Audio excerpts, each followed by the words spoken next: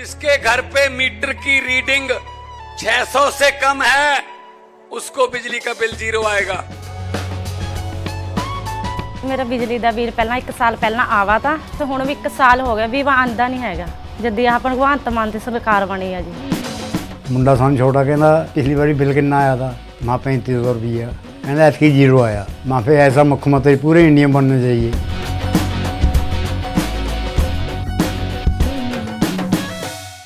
दिल्ली में विधानसभा चुनाव का प्रचार भी खत्म हो चुका है और दिल्ली वाले वोटिंग भी कर चुके हैं, लेकिन इस बीच में इंडिया गठबंधन के 2 सहयोगियों को लेकर सवाल उठाए जा रहे हैं। कांग्रेस और आम आदमी पार्टी गठबंधन नहीं कर सकी दिल्ली में और आपको साथ देने के लिए उत्तर प्रदेश से समाजवादी पार्टी दिल्ली पहुंची। अखिलेश यादव दिल्ली चुनाव में राहुल गांधी कांग्रेस का साथ छोड़कर आम आदमी पार्टी का साथ दिए, लेकिन अब सवाल ये उठा कि दिल्ली चुनाव का परिणाम जो भी आए, लेकिन इंडिया गठबंधन का क्या होगा। खासकर दिल्ली में मुस्लिम वोटर का भरोसा आम आदमी पार्टी से ज्यादा कांग्रेस पर कभी हुआ करती थी। ये और बात है कि दिल्ली में विधानसभा चुनाव जब हुए, इस बार को अगर छोड़ दें तो 2015-2020 के चुनाव में कांग्रेस के हाथ से फिसलकर ये मुस्लिम वोटर आपके साथ चले गए, लेकिन 2025 का चुनाव पिछले 2 चुनाव से बहुत अलग है। और इस सब के बीच में सवाल ये उठ रहे हैं कि दिल्ली में अरविंद केजरीवाल का साथ दे कहीं अपने ही पैर पर कुल्हाड़ी तो नहीं मार लिया अखिलेश यादव। यह सवाल इसलिए भी उठ रहा है क्योंकि दिल्ली में मुस्लिम वोटर आपसे ज्यादा कांग्रेस पर भरोसा किया करती थी और अरविंद केजरीवाल का साथ दे तो जो वोटर यूपी में अखिलेश के साथ रहने की सोच रहे होंगे वो ये जरूर सोच रहे होंगे कि उनके मन में सवाल उठ रहा होगा कि अरविंद केजरीवाल पर जब भरोसा नहीं है तो उत्तर प्रदेश में अखिलेश यादव पर भरोसा क्यों किया जाए। और यूं भी कह सकते हैं कि अखिलेश का बना बनाया काम उत्तर प्रदेश में अरविंद केजरीवाल को साथ देकर कहीं बिगड़ तो नहीं जाएगा। इस पूरा खेल को समझने के लिए आपको दिल्ली में मुस्लिम वोटर और उत्तर प्रदेश के मुस्लिम वोटर का जो समीकरण है उसे समझना जरूरी होगा। सबसे पहले दिल्ली के समीकरण को आपको बताते हैं, फिर उत्तर प्रदेश की। दिल्ली में एकमुश्त और एक तरफा वोटिंग करने वाला मुस्लिम समुदाय इस बार कसमकस में है।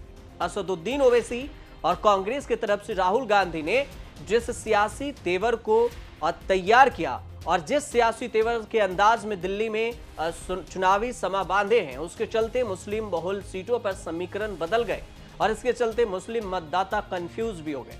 सवाल उठता है कि इस कंफ्यूजन वाले स्थिति में बीजेपी को मुस्लिम बहुल सीटों पर अपनी जीत का क्या सॉल्यूशन मिल पाएगा और इस बार की वोटिंग और अरविंद केजरीवाल के साथ आने से जो मुस्लिम वोटर हैं उस पर अखिलेश यादव का क्या असर पड़ेगा।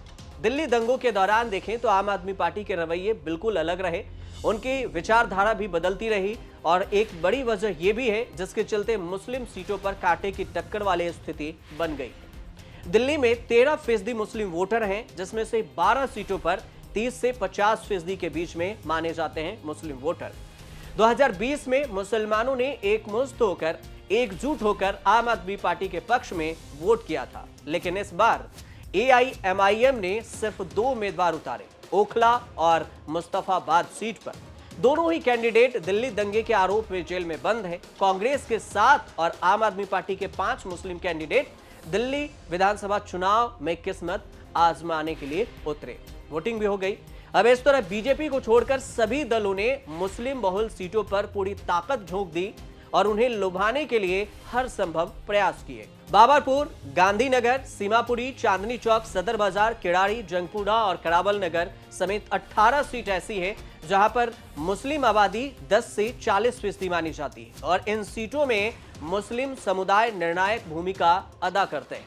अब दिल्ली में लंबे समय तक मुस्लिम वोटर कांग्रेस के साथ रहे और ये परंपरागत वोटर हुआ करते थे, लेकिन 2015 और 2020 में आम आदमी पार्टी के पक्ष में चले गए और आम आदमी पार्टी की तरफ वोटिंग करने लगे और इसके चलते मुस्लिम बहुल सीटों पर कांग्रेस अपनी जमानत भी जब्त करा सकी और यही वजह रहा कि मुस्लिम वोटर उनके हाथ से फिसलकर आम आदमी पार्टी में गई और कांग्रेस को कुछ नहीं मिला। 2020 में जब CAA NRC का आंदोलन हुआ, विरोध प्रदर्शन हुआ, दिल्ली में दंगे हुए, तो मुस्लिमों को यह उम्मीद थी कि आम आदमी पार्टी साथ देगी, लेकिन मुंह भंग हो गया। आपसे नाराज हो गए मुस्लिम वोटर, बीजेपी की तरफ जाएंगे नहीं।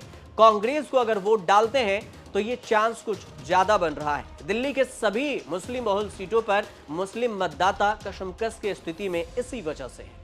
अब आप चलते हैं उत्तर प्रदेश में। उत्तर प्रदेश में मुस्लिम वोटर कितने हैं और कितने अहम? देश में मुसलमानों की आबादी 16.51% है और यूपी में करीब 20% मुसलमान हैं, यानी 3,84,00,000। देश के किसी भी राज्य में सबसे ज्यादा मुस्लिम आबादी के अनुपात अगर देखा जाए तो असम, बंगाल और केरल के बाद उत्तर प्रदेश चौथा नंबर पर है।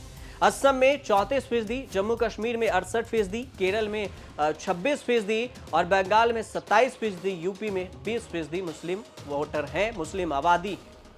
बीजेपी राज्य में मुस्लिम सियासत की अगर बात करें तो यूपी में 80 जो लोकसभा की सीट थी उसमें से 403 विधानसभा की भी सीटें, इसमें से देखा जाए तो 1/3 143 विधानसभा सीटों पर मुस्लिम वोटर ज्यादा प्रभावी।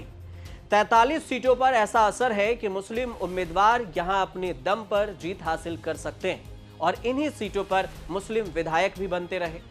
वहीं पर यूपी के सियासत में मुस्लिम का प्रतिनिधित्व देखें तो उनकी आबादी के तुलना में हमेशा से कम रहा है, लेकिन प्रदेश में जब जब बीजेपी सत्ता में आई है तब तब मुस्लिमों का प्रतिनिधित्व कम हुआ है, उनके उम्मीदवार कम उतरे। 2017 भी देख लें, 2022 भी देख लें तो मुस्लिम विधायकों की संख्या कुछ ज्यादा नहीं रही। 2019 में यूपी में 6 मुस्लिम सांसद चुने गए, जिसमें से बसपा और सपा के 3-3 सांसद रहे। पूर्वांचल के कुछ हिस्से हैं जहां मुसलमान हैं। पश्चिमी यूपी में मुसलमानों की बड़ी तादाद है। पश्चिमी यूपी में 26.21% आबादी मुसलमानों की आबादी है। यूपी के 7 जिलों में मुसलमानों की आबादी 40% से ज्यादा है और इन्हीं 7 जिलों में से 6 जगह पर मुस्लिम सांसद 2019 में चुने गए थे। 2024 का समीकरण अलग है। 2022 के चुनाव में बीजेपी को इन्हीं जिलों में सपा से सियासी मात खानी पड़ी थी और मुसलमान का सपा के साथ एकजुट होने का फायदा अखिलेश यादव को पहले मिला है।